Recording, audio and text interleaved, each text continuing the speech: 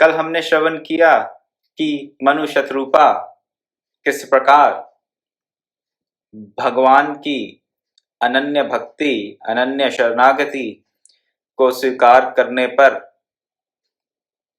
उन परम प्रभु की वाणी को अपने श्रवण रंध्र से अपने हृदय में स्थान देते हैं।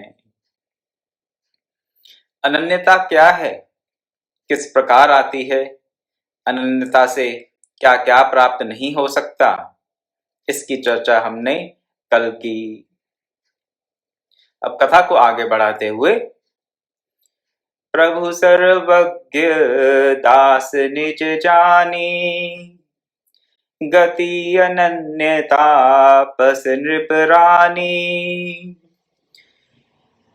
माग माग बर भय नभ बानी, परम गभीर कृपामृत सानी, मृतक जियावनी गिरा सुहाई, श्रवण रंध्र होई उर जब आई, हृष्ट पुष्ट तन भय सुहाए, मानहु अब ही भवन ते आए।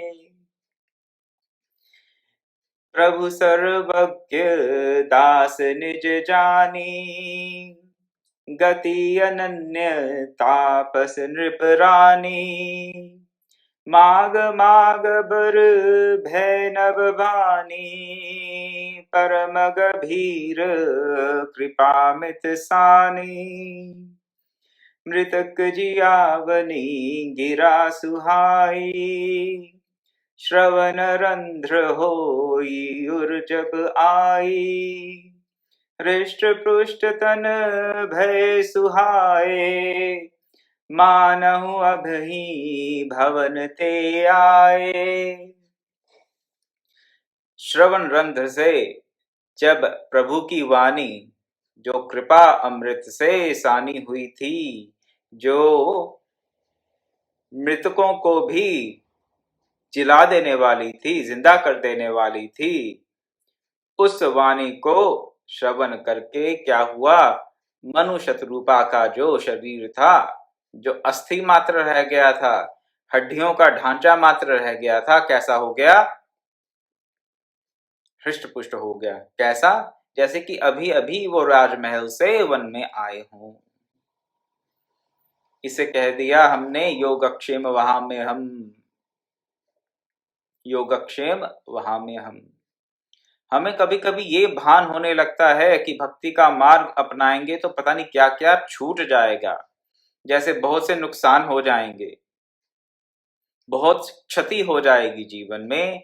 अगर तप का मार्ग अपनाएंगे, साधन का मार्ग अपनाएंगे, भक्ति का मार्ग अपनाएंगे तो बहुत बड़ा त्याग करने पड़ेंगे, और त्याग के चलते जैसे किसी प्रकार की क्षति हो जाएगी। लेकिन प्रभु ने भगवत गीता में कह दिया, जो अनन्य भाव से मेरा भजन करता है उसके योग और क्षेम का वहन तो मैं करता हूं। और यहां भी ऐसा ही हुआ, मनुष्य रूपा का जो शरीर हड्डियों का ढांचा मात्र रह गया था, एकदम से पूर्ण रूप से स्वस्थ हो गया। कैसे स्वस्थ हुआ, केवल और केवल प्रभु की सुधासम वाणी का श्रवण करते ही। प्रभु की वाणी कान में पड़ी और उनका शरीर हृष्ट पुष्ट हो गया। श्रवण सुधा सम वचन सुनी, पुलक प्रफुल्लित गात, बोले मनु कर दंडवत, प्रेम न हृदय समात। हृदय प्रफुल्लित था और हृदय में प्रेम समा नहीं रहा था, शरीर पर भी रोमांच था। इस प्रकार से उन्होंने भगवान को दंडवत प्रणाम किया। दंडवत प्रणाम करके क्या बोले उसका भी श्रवण करेंगे, परंतु यहाँ पर मैं एक बात आपके सामने रख देना चाहता हूँ। हमारे पुराणों में, हमारे शास्त्रों में, गीता में, रामायण में, वेदों में, उपनिषदों में कई बार ऐसी बातें हमें श्रवण करने को मिलती हैं जो हम जिसे हम कह देते हैं आजकल एक्सेप्ट नहीं कर पाते। एक्सेप्ट नहीं कर पाते कैसे? कि बात हमें पूरी समझ आती नहीं है, पूरी बात समझ नहीं आई, ठीक है? किसी प्रकार का कोई शंका रह गई हमारी। किस प्रकार की शंका? कि बात पूरी समझ नहीं आई। हो सकता है किसी सद्गुरु से श्रोत्रिय ब्रह्मनिष्ठ से प्रश्न भी करें, परंतु अपनी बुद्धि के दिवालियापन के कारण हम उस बात को ना समझ पाए। अविद्या में ग्रसित होने के कारण हम कई बार सद्गुरु की, सदशास्त्र की बात को नहीं समझ पाते। माया के वशीभूत होने के कारण कभी कभी हमें प्रभु की लीला का पूर्ण रूप से हमें ज्ञान नहीं हो पाता। सुन तो लेते हैं, ज्ञान नहीं हो पाता, समझ बात नहीं आती। तो क्या किया जाए इस दृष्टि में? तो बात अगर पूरी समझ ना आए तो इसमें अपने मन में किसी प्रकार की ग्लानि ना लेके आए। ये भी ना सोचें कि बात तो पूरी समझ आ नहीं रही तो सुनने से क्या लाभ। ये भी मन में प्रश्न आ सकता है, शंका हो सकती है कि सुन तो रहे हैं लेकिन ये बातें तो हमारी समझ में पूरी आती नहीं हैं। 10-20% आती हैं, 50% आती हैं, 80% आती हैं, जितनी भी आती हैं लेकिन 100% समझ में नहीं आती। तो क्या करें? श्रवण छोड़ दें? नहीं, श्रवण का परित्याग ना करें। वेदों की वाणी, उपनिषदों की वाणी, हमारे इतिहास पुराण, पंचम वेद महाभारत की वाणी, ये तो सिद्ध महापुरुषों की, तत्वज्ञों की, ऋषियों की, मंत्र दृष्टाओं की देन है हमारे लिए। और अगर इन महापुरुषों की वाणी को ग्रहण करने में हमारी बुद्धि वर्तमान काल में सक्षम नहीं भी हो, तब भी श्रवण करते रहना चाहिए, श्रद्धा पूर्वक श्रवण करते रहना चाहिए। अपना ही अनुभव बता देता हूँ, कुछ बातें ऐसी हैं सदगुरुदेव की जो मैं 15-20 साल से सुनता आ रहा था लेकिन पल्ले नहीं पड़ती। फिर भगवत कृपा से, गुरु कृपा से कभी उनके ज्ञान का प्रकाश अंतर में उदय हो जाता है और जो बात 20 वर्षों से मैं सुनता पढ़ता आ रहा था उसका थोड़ा बहुत ज्ञान होना आरंभ हो जाता है। तो अधीर ना होएं, ये ना सोचें कि ये बातें तो समझ आ नहीं रही तो चलिए छोड़िए, क्या करेंगे, कोई हमारे मतलब की बात नहीं है, छोड़ देते हैं, कुछ और करते हैं जो अपने पल्ले पड़े। नहीं, ऐसा मन में भावना लाएं। श्रद्धा पूर्वक इन सद्गुरु रूपी वचनों का हम श्रवण करते रहें। इस भगवान की कृपा अमृत रूपी वाणी का हम श्रवण करते रहें तो क्या होगा? मनुष्य रूपा की तरह हमारा भी योग और क्षेम प्रभु वहन करेंगे। उन्होंने एक और आश्वासन दे दिया उन लोगों के लिए जो कि बात को पूरी प्रकार से समझ नहीं पाते या किसी भी साधन को पूर्ण रूप से नहीं अपना पाते। ध्यान योग को प्रयास करेंगे, ज्ञान योग का प्रयास करेंगे, कर्म योग का प्रयास करेंगे, किसी राज योग का प्रयास करेंगे, किसी प्रकार के योग का प्रयास करें, लेकिन वो देखिए बात बनती हुई नजर नहीं आती तो क्या करें? क्या हम हताश हो जाएं, निराश हो जाएं? नहीं। भगवत गीता में 13वें अध्याय में जहां पर भगवान ने क्षेत्र और क्षेत्रज्ञ का विभाजन कर पूर्ण रूप से ज्ञान प्रदान करने की चेष्टा की अर्जुन के माध्यम से हम सबको, और तब हो सकता है भगवान के मन में ये बात आ गई हो उस वक्त कि ये बातें सबके पल्ले हो सकता है ना पड़े। अपनी अपनी बुद्धि का हाँ गति है, क्या कर सकते हैं, इसमें किसी के दोष की बात नहीं है, अपने अपने बुद्धि की गति है।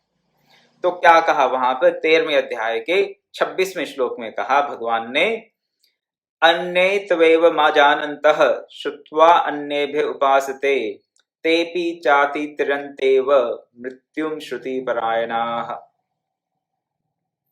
पहले कई प्रकार के हाँ साधनों का उन्होंने वर्णन किया, सांख्य योग, कर्म योग, ध्यान योग इत्यादि। और कहते हैं जो लोग इनको नहीं जानते, सांख्य योग पूरी प्रकार से अभी समझ नहीं आया मान लीजिए, ऐसा नहीं कि आज समझ नहीं आया तो भविष्य में कभी समझ नहीं आएगा, आ जाएगा, ये मेरा आश्वासन है आपको, आएगा। अगर गुरु कृपा से मेरे जैसा तुच्छ व्यक्ति, साधनहीन व्यक्ति भी समझ सकता है थोड़ी बहुत बात, गुरु कृपा से थोड़ी बहुत बात अगर मैं समझ सकता हूं, तो दुनिया में, विश्व भर में कोई भी मनुष्य समझ सकता है, इसमें कोई संशय नहीं है। तो यहां पर भगवान क्या कह रहे हैं गीता के 13वें अध्याय के 26वें श्लोक में, कि जो व्यक्ति ध्यान योग, सांख्य योग, कर्म योग आदि साधनों को नहीं जानते, पूरे प्रकार से नहीं समझ पाते, या पूरे प्रकार से उनका अभ्यास नहीं कर पाते, वो अगर केवल जीवन मुक्त महापुरुषों से सुनकर उपासना करते हैं, श्रुत्वान्येभ्य उपासते, सुनकर उपासना करते हैं, खुद समझ नहीं आता लेकिन सुनते हैं, सुनकर उपासना करते हैं, तो क्या होता है, ऐसे श्रुति परायण जो व्यक्ति हैं वो भी मृत्यु को पार कर जाते हैं, मृत्यु से तर जाते हैं, वो भी अमृत तत्व को प्राप्त कर लेते हैं। श्रुति परायण होना भी अपने आप में बहुत बड़ा योग है। बहुत बड़ा योग कैसे है? आप कहेंगे गीता में तो भगवान ने बुद्धि योग बता दिया, ध्यान योग बता दिया, ज्ञान योग बता दिया, सांख्य योग बता दिया, कर्म योग बता दिया, भक्ति योग बता दिया, ये श्रुति योग क्या हुआ? यहाँ पे ये श्रुति योग की ही बात हो रही है 13वें अध्याय के 26वें श्लोक में। श्रवण करते करते हमारी अंतर की शुद्धि होगी ही, हमारी धारणा बदलेगी ही, और धारणा के बदलने के साथ साथ क्या होगा, हमारी गति भी बदल जाएगी, मृत्यु से तर जाएंगे। अगर हम किसी आप्त पुरुष के, किसी, ये सब जीवन मुक्त तत्वदृष्टा ऋषि ही हैं और कोई नहीं, और अगर हम इनकी वाणी का श्रवण करते हैं तो हम श्रुति परायण होकर मृत्यु से तर सकते हैं। तो हो सकता है मन में ये शंका आ जाए हमारे कि जी वो वहां पर उन्होंने इतने हजार वर्ष तप कैसे किया, इतने हजार वर्ष तक क्या व्यक्ति जीवित रह सकते हैं? अगर इतने हजार तक कोई व्यक्ति जीवित नहीं रह सकता तो इतने हजार वर्ष तक तप कैसे करेगा? और ऐसे कैसे हो जाएगा कि हड्डी मात्र रहेगी शरीर में और भगवान की वाणी पढ़ते ही एकदम से ऐसे हृष्ट पुष्ट हो गए जैसे अभी महल से आए हों? संशयों का त्याग करके श्रुति परायण होकर, संशय का त्याग करने का ये अर्थ नहीं है कि हम किसी प्रकार का प्रश्न ना करें, प्रश्न कर लेना चाहिए, शंका समाधान करनी चाहिए, उसमें कोई गलती की बात नहीं है, परंतु अश्रद्धा उत्पन्न ना हो। सुधा समान वचन सुन के और उनके जो अंग थे वो रोमांचित हो गए, प्रफुल्लित हो गए, प्रेम में हृदय समा नहीं रहा और प्रभु को दंडवत नमस्कार कर रहे हैं। क्या कहते हैं? तो काक यहां पर हम देख रहे हैं कि मनु जी और शत्रुपा जी के सामने भगवान प्रकट नहीं हुए अभी, केवल मनु और शत्रुपा जी ने उनकी वाणी का श्रवण किया। वाणी का श्रवण करने के पश्चात मनु जी क्या कहते हैं? सुन सेवक सुर तरु सुर धेनु, विधि हरिहर बंदित पद रेणु, सेवत सुलभ सकल सुखदायक, प्रणत पाल सचराचर नायक, जो अनाथ हित हम पर नेहु, तो प्रसन्न होइए बर देहु, जो स्वरूप बस शिव मन माही, जेहि कारण मुनि जतन कराही, जो भुसुंडी मन मानस हंसा, सगुन गुण जेहि निगम प्रशंसा, देखें हम सो रूप भरि लोचन, कृपा करहु प्रण तारित मोचन। दंपति बचन परम प्रिय लागे, मृदुल विनीत प्रेम रस पागे। भगत बत्सल प्रभु कृपा निधाना, विश्ववास प्रगटे भगवाना। मनु जी क्या कहते हैं? हे सेवकों के सुरतरु सुरधेनु, हे सेवा करने वालों के कल्प वृक्ष कामधेनु गाय, आपके चरणों की रज की पूजा तो पूरा संसार करता है। ब्रह्मा विष्णु महेश भी आपके चरण रज की पूजा करते हैं। और आप सबके नायक हैं, चर आचर अचर जगत के आप नायक हैं, और सेवा करने से आप सब सुखों को देने वाले हैं। स्तुति कर रहे हैं भगवान की स्तुति करते हैं। ये क्रम मैंने आपको पहले भी एक बार बताया था किसी और प्रसंग में कि सर्वप्रथम स्तुति की जाती है, स्तुति के बाद प्रार्थना की जाती है, ऐसे हमारे यहाँ विधान है। तो पहले स्तुति कर रहे हैं। स्तुति का अर्थ भगवान का महिमा मंडन। अब भगवान को क्या अपनी महिमा सुनने का कोई शौक है? वो कोई बड़े ईगोइस्टिक पर्सनैलिटी है कि उनको प्रसन्न करने के लिए उनको उनकी महिमा सुनानी पड़ेगी? नहीं, ऐसी बात नहीं है। परंतु हमें भगवान की महिमा का भान हो, भगवान की महिमा को हम भूल ना जाएं, इसलिए प्रभु की स्तुति नितांत आवश्यक है। अगर प्रभु की स्तुति नहीं करेंगे तो हम, क्योंकि अभी हृदय पवित्र नहीं है, अभी माया में बंधे हुए हैं, माया के वशीभूत होकर उस परम प्रभु की महिमा को हम भूल सकते हैं और भूल जाते हैं। और ना भूलें, इसका जो अभ्यास है वो है प्रभु की स्तुति। तो यहाँ पर सबसे पहले मनु जी ने स्तुति की परम प्रभु की। अभी प्रकट नहीं हुए हैं तो क्या कहते हैं उनको? जो अनाथ हित हम पर नेहु, तो प्रसन्न हो ये बर देहु। जो स्वरूप बस शिव मन माही, जही कारण मुनि जतन कराही। अगर आप हम पर प्रसन्न है तो क्या करो, हमें ये वर दें। क्या वर दें?